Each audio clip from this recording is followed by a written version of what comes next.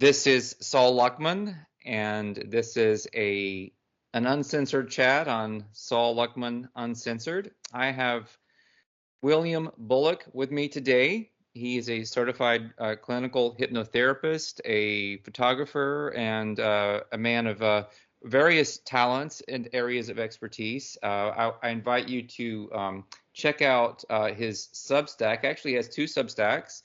One is just williambullock.substack.com, and that's his stress management website, which is a work in progress, and I look forward to more and more content showing up there. But there's already some stuff you can dive into, and then you can see his really beautiful photography over at PhotoMe. It's photo and then me.substack.com. Please check it out. Please subscribe.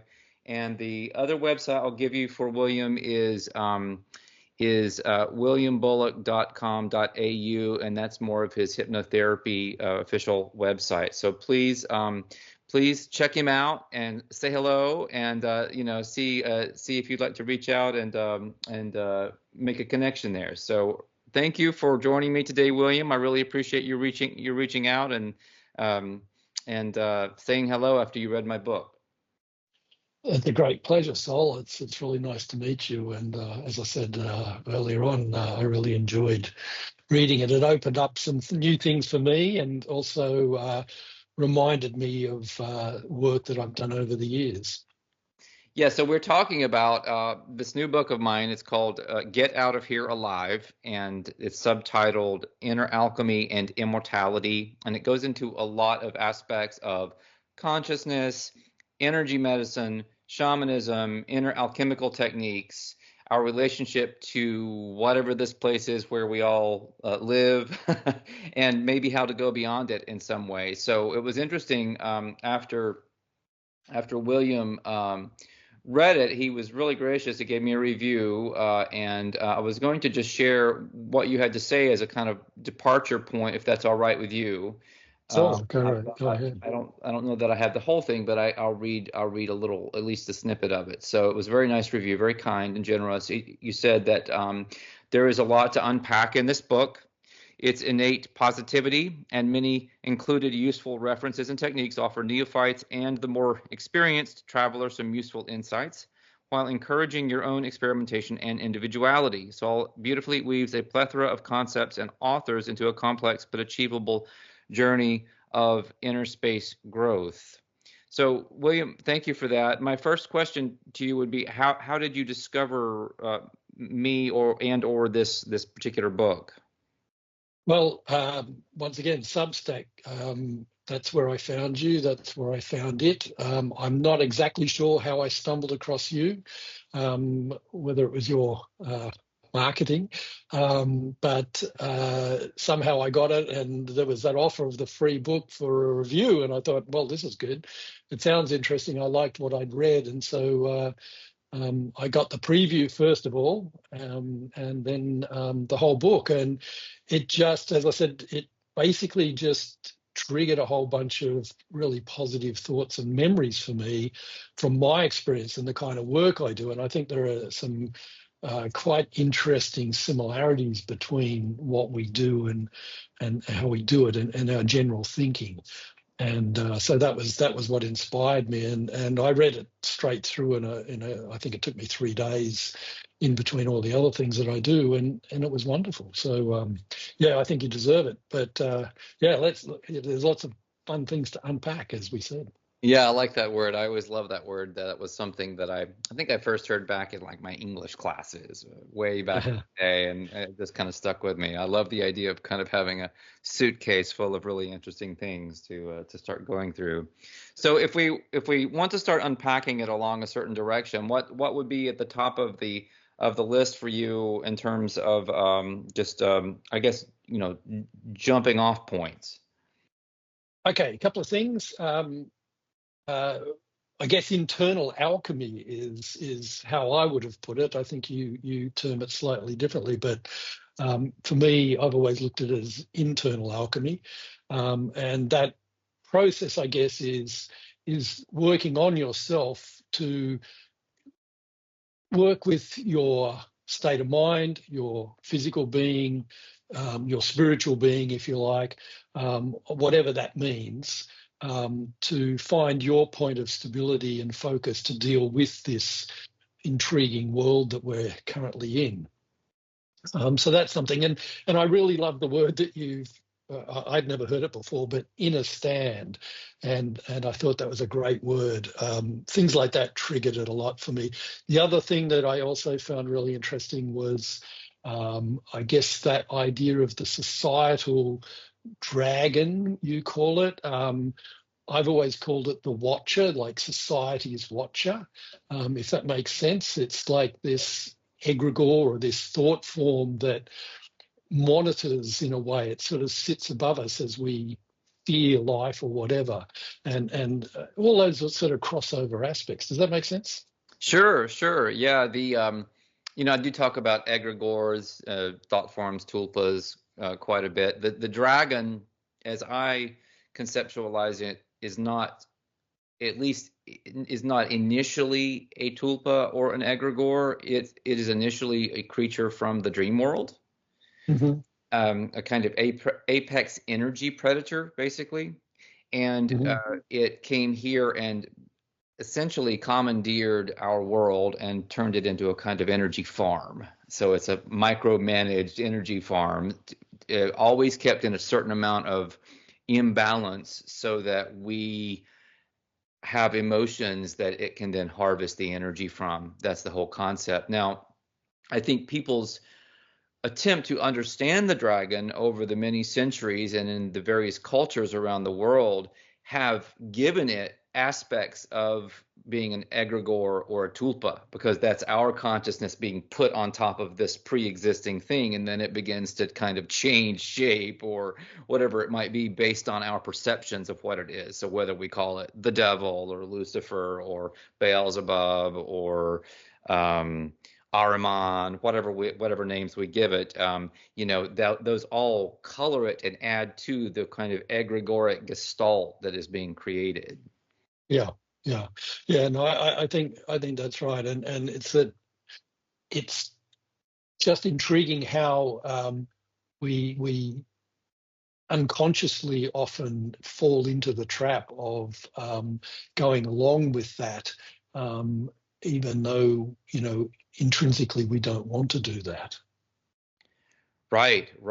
Yeah. Do you see evidence from your practice and experience to support the idea that people's minds are somehow compromised, hijacked? Is there a mind virus? Is there a Wetiko going on here, like Paul Levy would say? Where do you come down on that subject? I guess I tend to look at everyone I see as an individual. The work that I do is incredibly focused on the clients that I see. I do a lot with addiction, and I do a lot with anxiety, PTSD, things like that. And I always look at how the individual is dealing with those things or not dealing with those things. So if they're depressed, it's sort of kind of like they're going down a rabbit hole themselves, where they only think about what they don't want. To me, in many ways, that's what depression is. So how they're influenced by other people, I think, particularly in the modern world with the way social technology works, and the way it splits people off from physical interaction, even though we're using it in this form right now, it causes a lot of psychological problems for people, and they often get snippets of advice which create more problems, and they dwell on those things, and that to me is a big problem. Your concept of that outer thing, in a way, that's new to me. I mean, as I say, there's that aspect of the watcher, the societal mores, if you like, of how we should behave within the whatever society we happen to be in. And it's dramatically different wherever you go on the planet. So with the work I do, it's very much focused on the individual that I see. Mm-hmm. That's where I work. It's a very focused thing. So I Right. try to unpack what's going on for them to help them to deal with that outer world better. Yes, yes. Oh, I like that. I like that. I think even when one is making statements that, the human herd is, has contracted a mind virus from an extraterrestrial parasite or whatever, it's kind of funny, right? Yep. But you can't, when you are dealing with a client, someone who needs your help, a friend, anyone who comes to you, I mean, the only thing to do is to treat that person, as an individual. I think for me, I also then with this other way of looking at things, I immediately begin to assess how relatively free or unfree they are with respect to that control mechanism that I'm Yeah. talking Yeah. about. And Yeah. a lot of So people have gotten a very, very free comparatively over even recent years. There's been a lot of people in the sovereignty movements and various other things, free thinkers of all different stripes, psychonauts, other intrepid explorers who have identified a lot of the terrain and have taken very positive, proactive steps to begin to extricate themselves from these mind traps.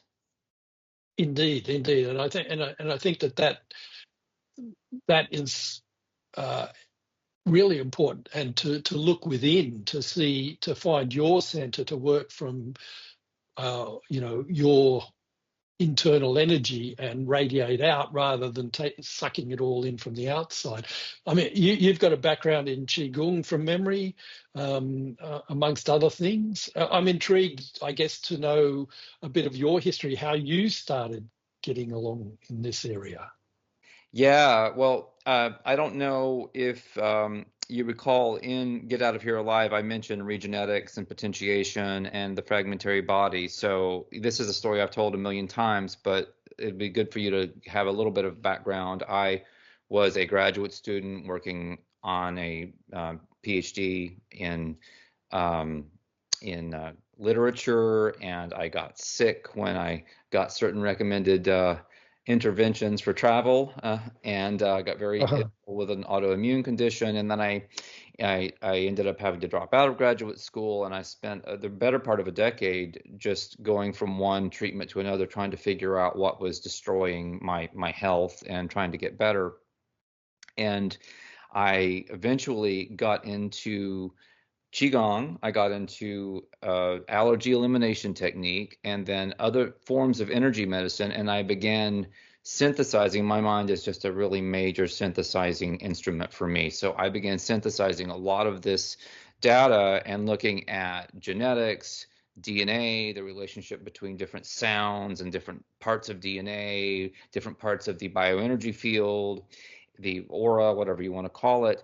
And eventually, this led to a kind of shamanic journey to back to South America, where I'd initially gone when before I got sick, when I had the travel interventions, and I ended up with my partner Lee. We ended up going on a kind of magical mystery shamanic wanderhar, where we eventually pulled through these sound codes for healing that restored my health, and that was regenetics. That was the beginning of regenetics. We called it potentiation, and since then, literally thousands and thousands of people around the world have experienced this work and benefited from it. So that was my big switcheroo in terms of my life path, and then there was really no looking back at that point, because once you accept that we're not meat machines, we're not flesh robots, we have a spiritual and energetic side, and that it's really powerful and actually fundamental,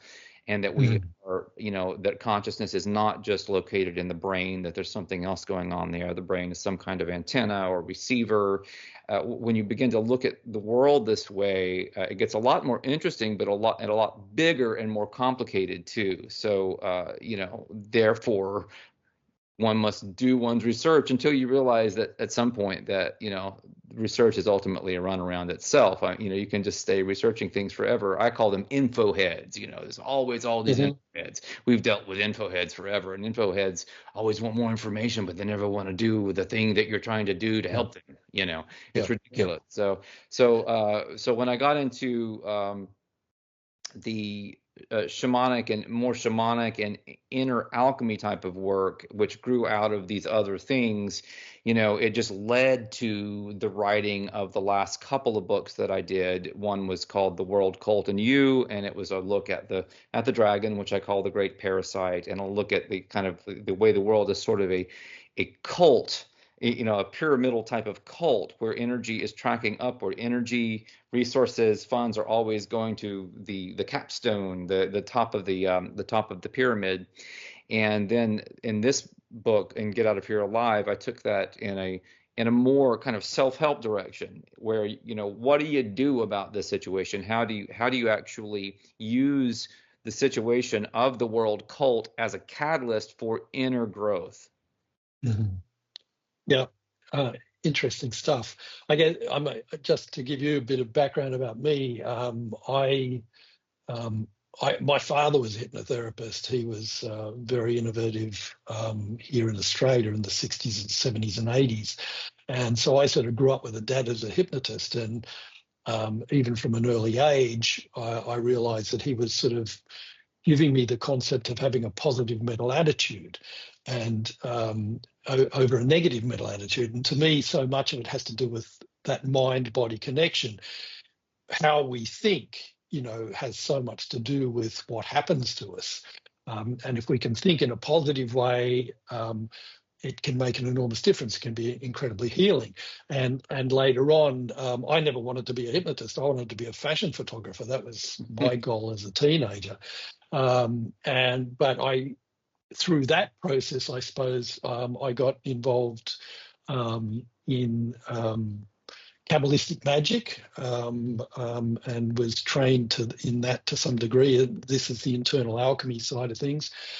Spiritual healing concepts, similar to the kinds of things that you're talking about, shamanic type issues. And with my father, who was a most intriguing man in many ways, and the more I think about it, the weirder he gets. I traveled with him all through Asia and was lucky enough to see all sorts of things, ritual, trance states, things like monkey dances in Bali and that very rich magic that they have there right throughout Indonesia and much of Asia. And we explored those kinds of areas way back in the early 80s and actually made a documentary about it and stuff like that.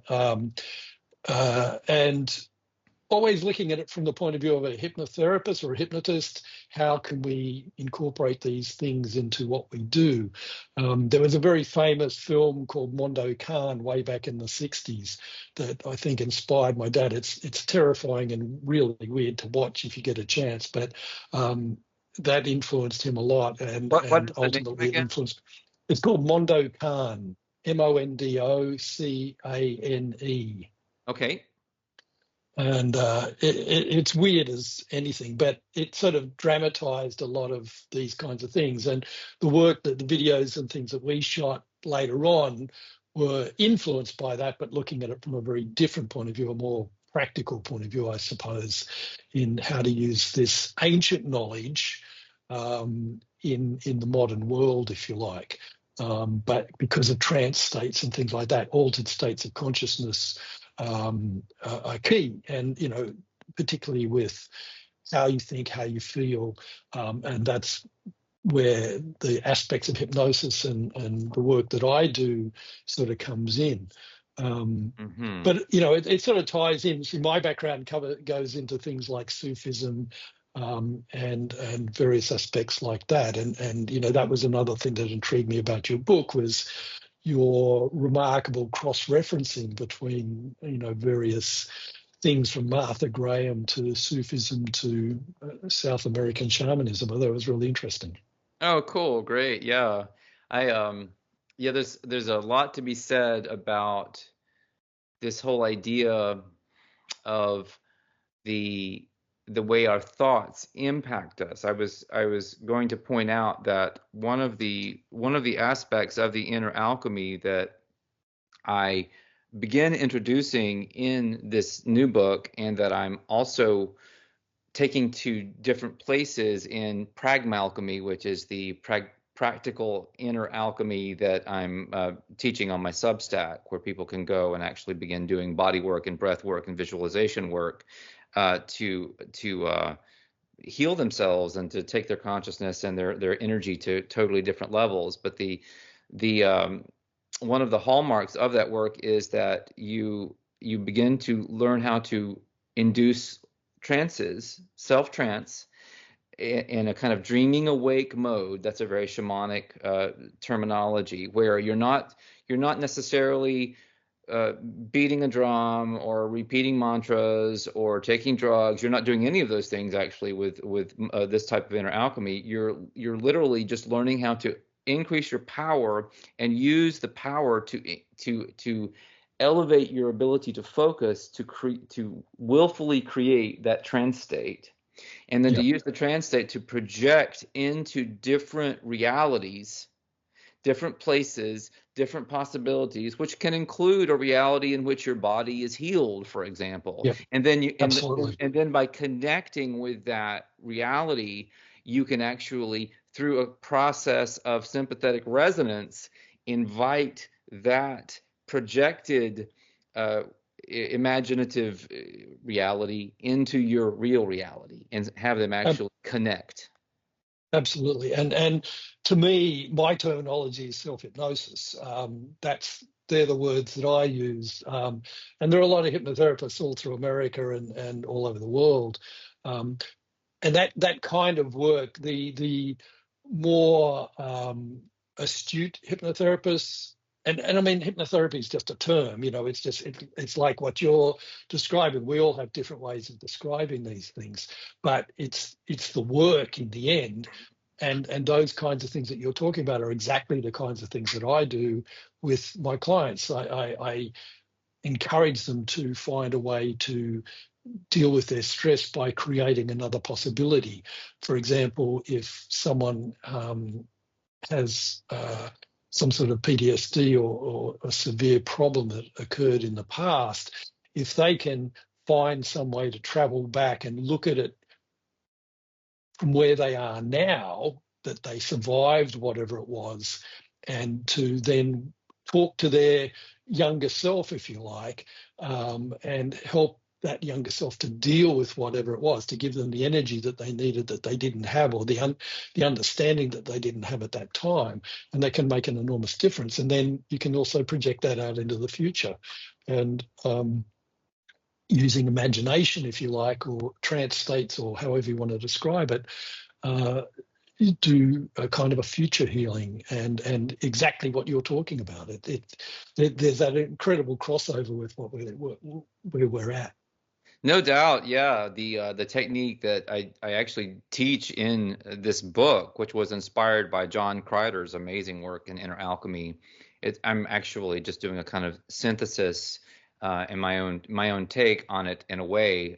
It's just so beautiful. It's a little bit like the shamanic recapitulation, but it's more focused on drawing in the energy of trauma from past events or future events or theoretical events that never happened, that Mhm. you're afraid of, some kind of other timeline or whatever, and Absolutely. actually drawing that in. But then, unlike in the shamanic recapitulation where you just pull in the energy, then there's a whole technique for what you do with that energy. And what you do with that energy in reabsorption is you move it from your stomach where it gathers, where you kind of digest it and purify it.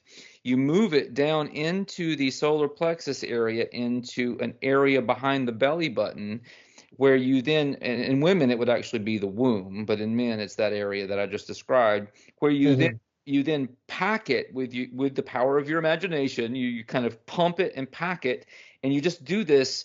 You do this for weeks, months, and years.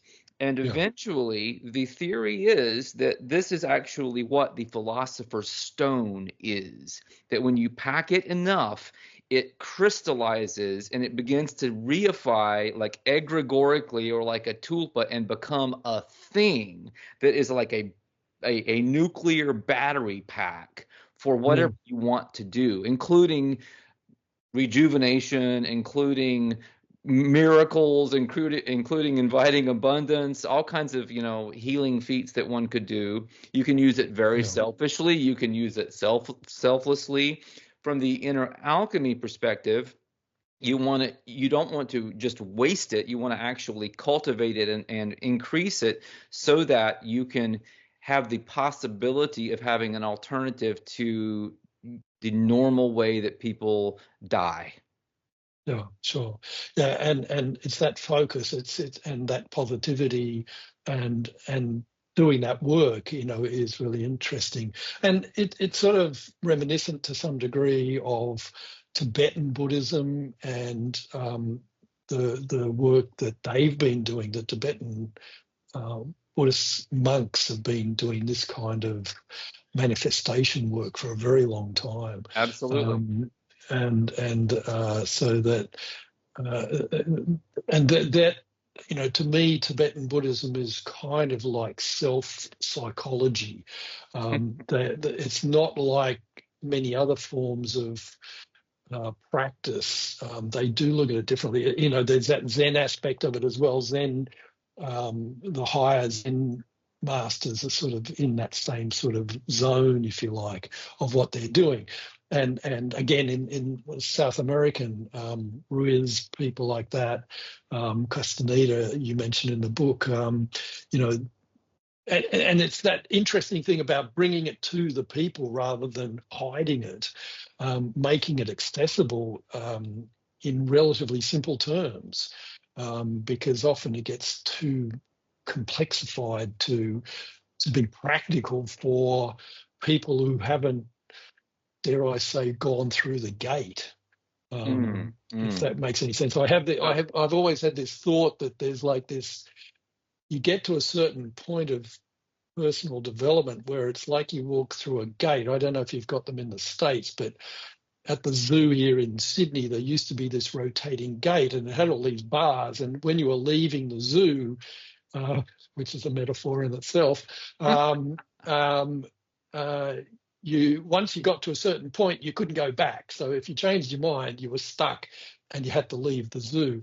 And I've always seen it as like this gate that once you go through it, you can't ever look back. You've changed yourself fundamentally, and you're on the path, and you've got to keep going. Absolutely. And the development goes from there, and then it's a matter of taking all these disparate pieces of information and incorporating it into ourselves so that we're coming from a point of strength, which is fundamentally what you're talking about there with, coalescing all that energy into that part of us, the solar plexus. And, traditionally that's such a powerful concept. Absolutely. In the Toltec shamanism, that's also the seat of power. And so, Yeah. when these shamans are described as doing these very miraculous things, they're sending energy out from that solar plexus area. I know that in Tibetan Buddhism, when the monks would meditate for years and years and years to achieve the rainbow body. I imagine they were doing something quite similar. I know they were using breathing, and that's obviously a kind of breathing technique that's automatically going to involve the solar plexus. And Mhm. I imagine that they had to be storing energy in a certain way to achieve the transcendence that has been described, where one of these monks just kind of disappears basically, Yeah. and Yeah. I mean, it's just kind of amazing. You also have the uh, the toll shamans, like in Sergio Magaña's book. It's a Mesoamerican lineage that would be kind of parallel to the Toltec one that Castaneda is describing. They have something very similar to the whole fire from within, where you become the Quetzalcoatl and you transcend death that way. In like Dokchin, you have the idea of dream yoga, this whole practice where they're going in and using lucid dreaming to create more and more power within the system so that they can also die in an alternative way and then maintain the consciousness beyond the threshold of death, the individuality and the consciousness. And so, a lot of people from all over the planet have been working along these lines for a long time. You can look at stories having to do with the canonization process for saints who appeared to have a light body activation. And I mean, there's all kinds of stuff going on. Padre Pio flying around beside a squadron of fighters telling them not to bomb a church because the Germans had already left. And he was seen by like 5 different fighter pilots, Oh, flying. I haven't heard that. Oh, Yeah. it's just crazy stuff like that. This Yeah. guy Yeah. bilocated, all kinds of things happen. So, Yeah. there's a lot going on that just defies the idea that we live in a strictly material world. So absolutely, and that harks back to here in Australia, the Indigenous people of Australia. There are stories of Gadaicha men who could be in 2 places at once, who were recorded as being in 2 places at once, who could disappear, who could hide, who could, pointing the bone. You may have heard of the concept of pointing the bone as a casting a spell on someone who's broken tribal law, and that once the bone's been pointed, the people just die. Um, um, all sorts of things all over the world. I mean, this is what's really truly amazing about it, and the synchronicity of all of those different kinds of things. Even though they're different, they're similar, and that's really very interesting. To me, it suggests that what we're talking about and what people have been researching in their own cultural and historical way is a kind of human technology Mm, that is an energetic technology first and foremost. I would call it an intergenetic technology because it involves our biology as well as our energy, and they are for in a sure. constant, it's a constant interface going on there. I write about this. I'm all over this and Potentiate Your DNA for anyone who wants to read that book. In any case, we are not so much inventing it. Well, we're not inventing much of anything really in terms of this discussion. We're all of us are who are interested in this are uncovering a technology that has been, I believe, purposely hidden from people for many, many years and purposely obfuscated when it's been allowed to kind of peek out into the light. Yeah, it is interesting. I mean, then, to a certain degree, those shaman have sort of maintained that a degree of secrecy. Other people have looked to them to do that while they've done the more mundane tasks almost. But it's kind of like we're getting to a point in development, if you like, where we all have to become a shaman. We have to become our own personal shaman to help us to deal with whatever is going on, or how we're manifesting on the planet. If that makes any sense, it's intriguing to reveal this information. It's like the time has come. Oh, I love that. I absolutely love that. Yeah, I was going to just corroborate what you were saying, not just shamans, but the whole world of alchemists. I mean, the true alchemists have hidden what they were actually talking about behind very arcane, metaphorical, poetic language and flights of fancy, that kind of thing forever. I mean, obviously, these people were afraid of the Inquisition, and being Yeah. burned at the stake. I mean, literally. I mean, so one can It's understand not over yet. well, that may be true. Yeah. the so we can understand to some degree why it would have been hidden. I think it was also hidden, in these monasteries in the East and that kind of thing, where they would bring people in. Maybe there was some quality control going on. People wanted to make sure it was being done correctly, maybe so that people wouldn't hurt themselves. Also, there might have just been selfish interests, even among these monks, saying, this is our brand. We know how to do this meditation. It's like our chartreuse, but it's it's our liqueur, but it's the energetic kind. I So get so it. I get it. hard that, so who knows what all the motivations were, but it does seem really and truly that we are in an era, maybe this is the apocalypse, the revealing, where everything is just spilling out, and it's supposed to really right now. Yeah, yeah, I think so. And I'm going to go back to a quote from your book. You're talking about Martha Graham, and there is a vitality, a life force, an energy, a quickening that is translated through you into action. She also said, and because there is only one of you in all time, this expression is unique. And if you block it, it will never exist through any other medium and will be lost. And I thought that was just a fantastic quote. We have to work on our individuation, on who we are, and express that, because even though there's 8 billion people on the planet, every single one of them is absolutely unique, and they've all had different experiences of what it is to be in this dimension. And if it's being corralled into a particularly negative way of doing things, which in many ways it is, that's the problem. And I think what we're talking about, Sol, is very much that the freedom of that, on however we can do it, or however it happens, how we, as individuals, and I'm not talking about converting people or saying you've got to do it my way or whatever it happens to be. It's very much a matter of finding a way that you can realize yourself. And ultimately, to me, that's what it comes down to. So there you go. Yeah, right. So it's back to that personal responsibility and also the personal choice. Like, what is your path? I mean, Yeah. I believe that this inner technology that we were talking about earlier is a very malleable technology, because we are all different. We are Yeah. all unique expressions of that oneness, and we bring to it our own way of working with it. So this is why very often one person might have success with something and then teach it to other people, and then some of them will have some success and others will not. It's because it doesn't work for everybody. It's not really meant to work for everybody.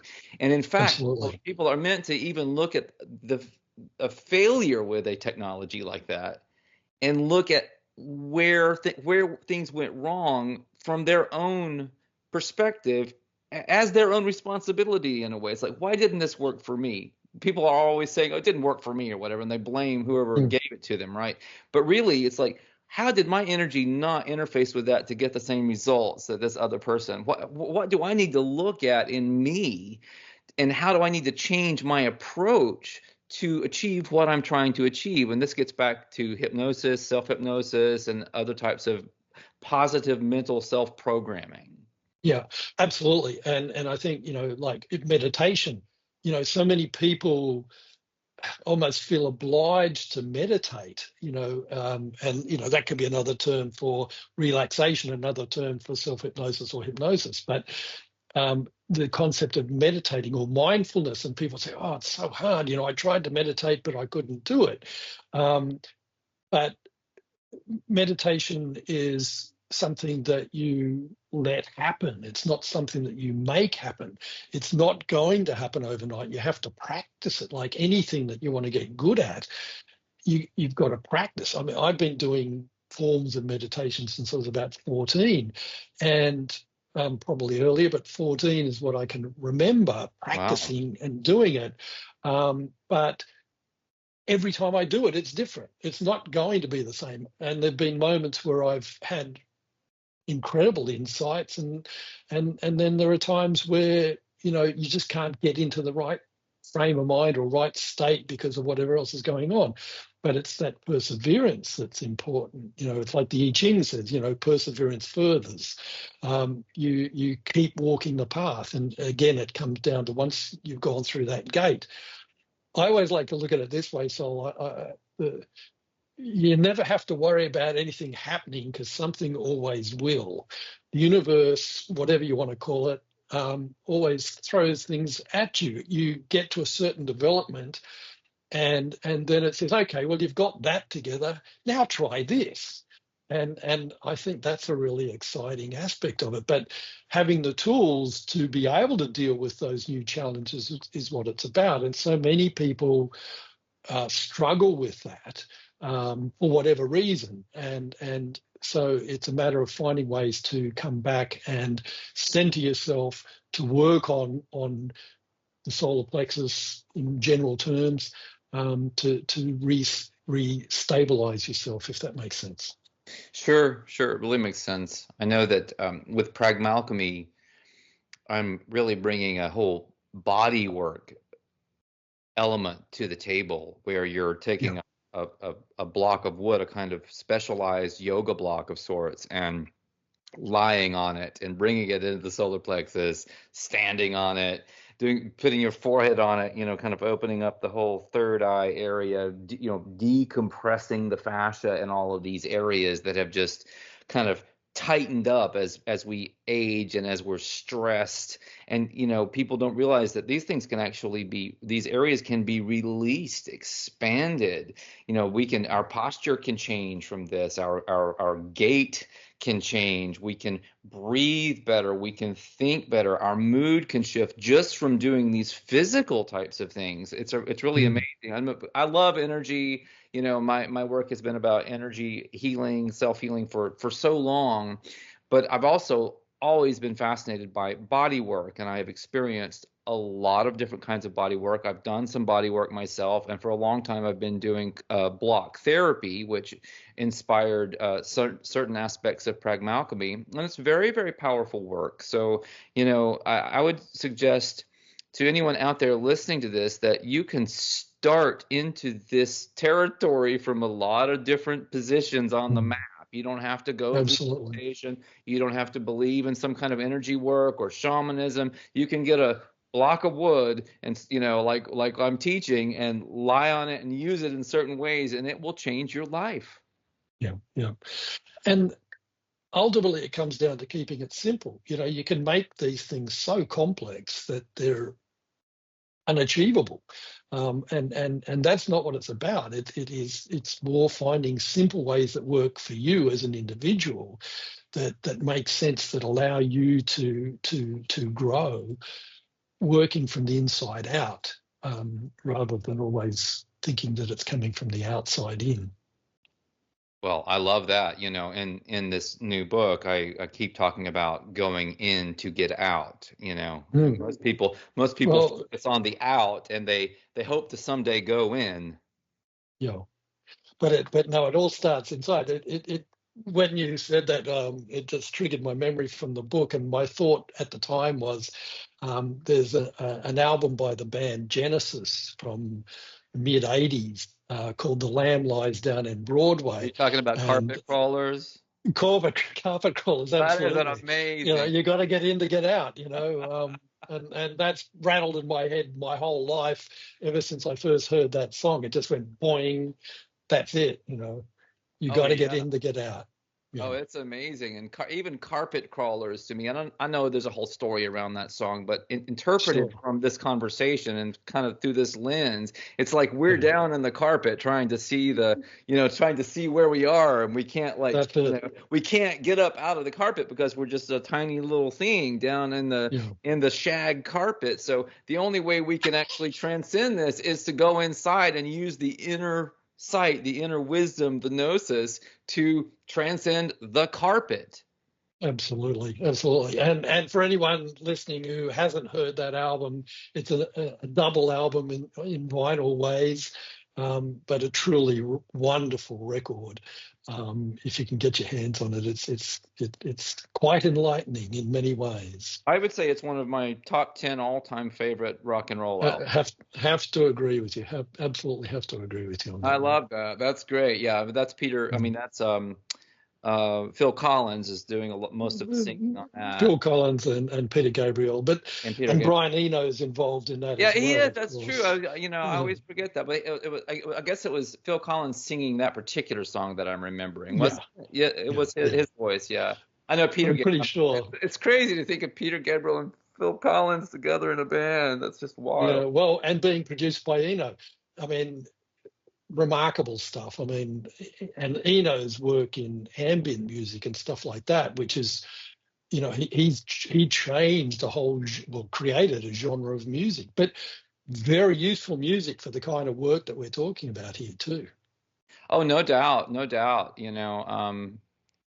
There's some music. I made little videos with their audios with like a visualizer for people learning Alchemy, and of course you're putting music to that, right? Because you're trying to help induce that self-trance That state, state, right? exactly. And I use music in all my sessions, because it creates a state, and if you can find, just it can help people to change their breathing. It can help people just to calm.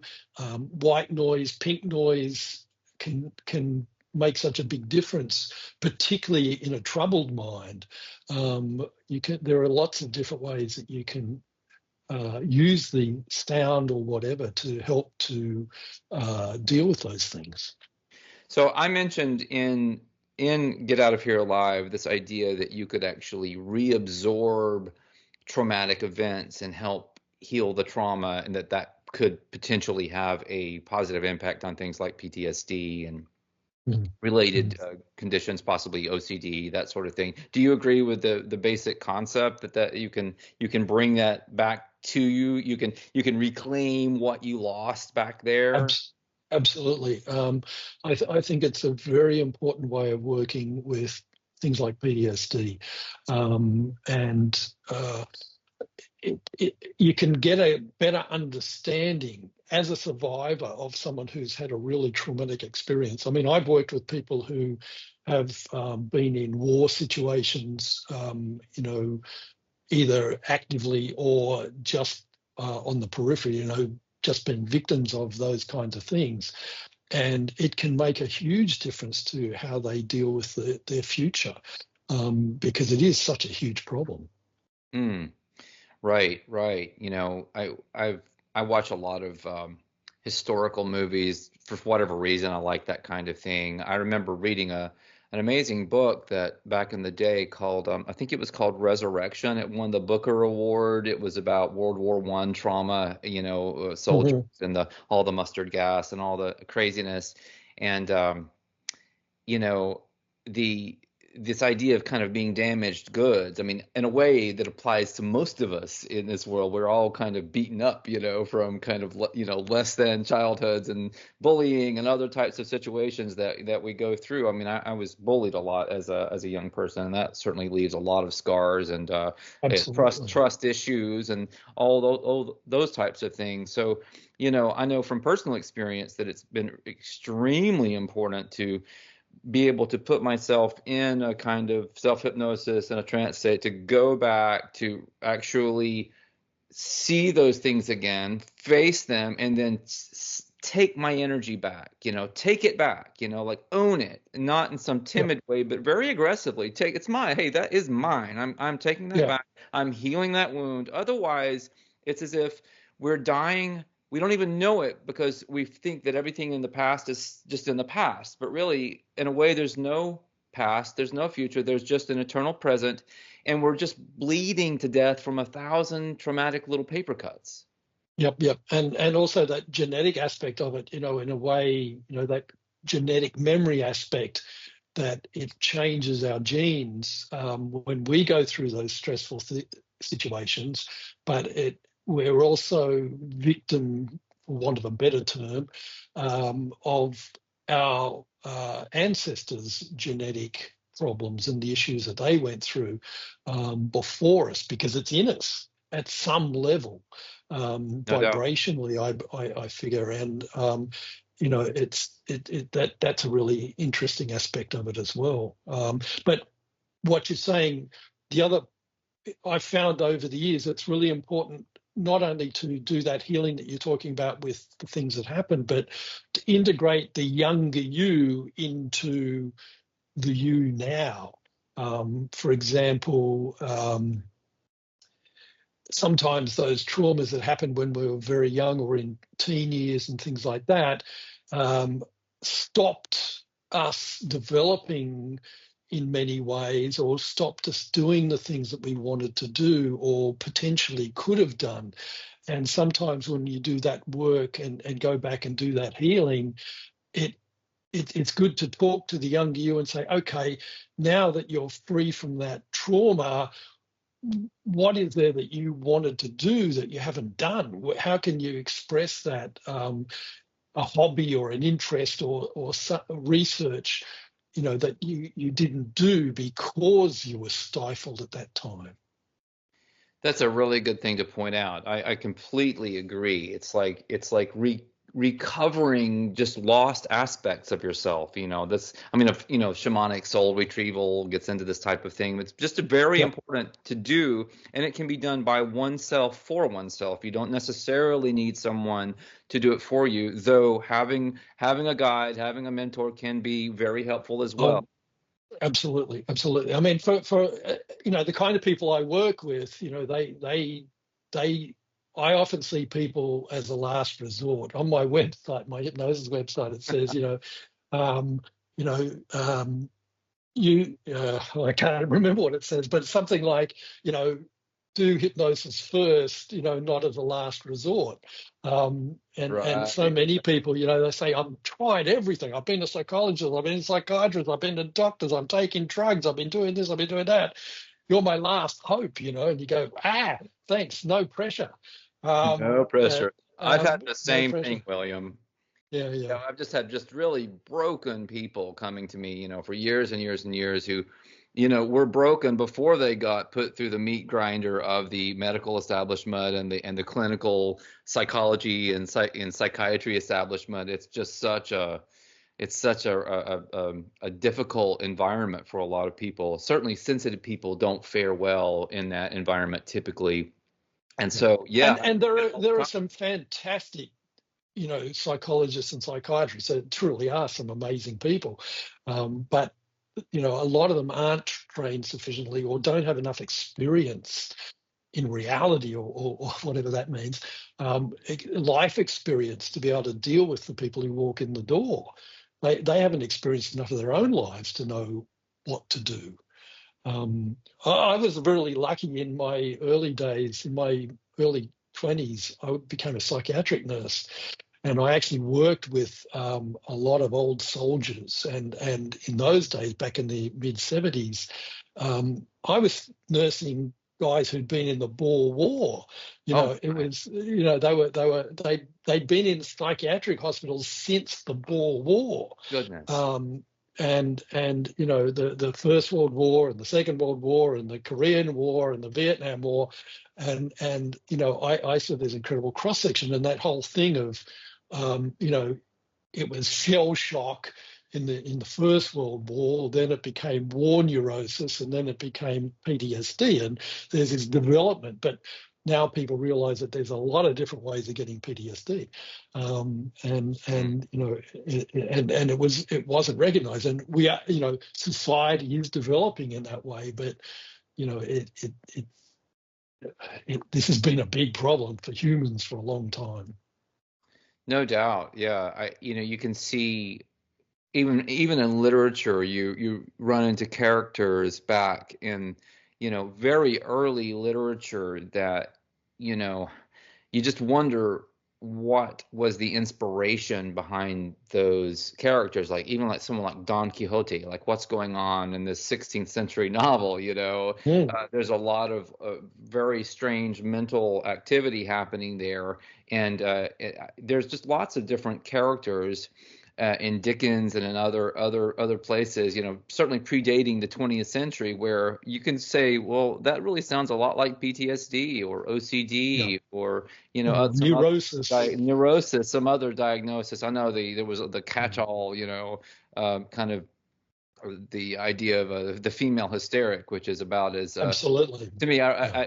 I wrote, so what did I write recently? Something like that was as much of a, what was the, oh, it was a funny thing. It was like, oh, I don't even remember exactly what the quote was, but it was this idea of toxic masculinity. And I said, that's basically as much of a dreamed up gender hit job as, original sin being pinned on women or something like Yeah. that. It's just Yeah.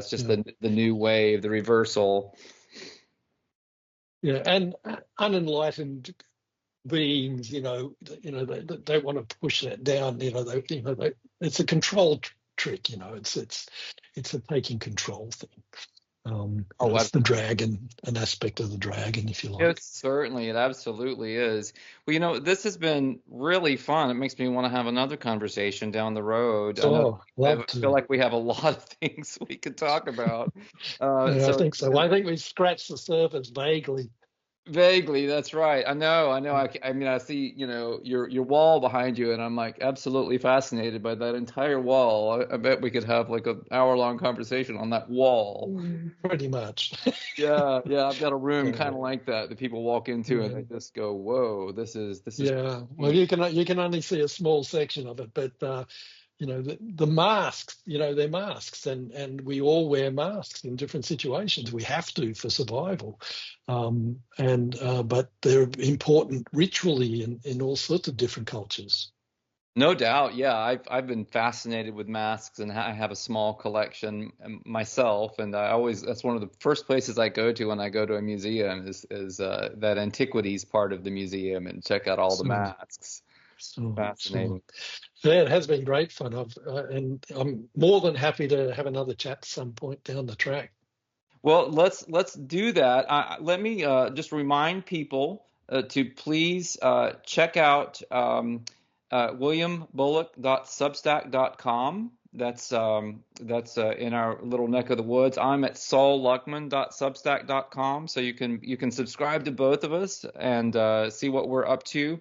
Also, if you stop by my Substack and you're listening to this is mid-February. I'm going to be releasing Get Out of Here Alive on March 20th. So you have a month if you want to get a free review copy of my new book and leave a review like William so generously did. You can also pre-order it on Amazon. Pre-orders really help with the algorithmic rankings. It's not so much about money. I really would just give this thing away, and I am giving it away as a freebie right now for Yeah. reviewers.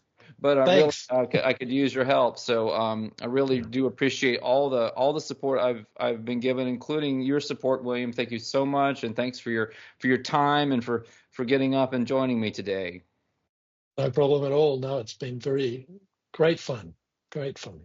Well, right on. So until the next time, we won't say goodbye. We'll just say until the next time. Sounds good to me.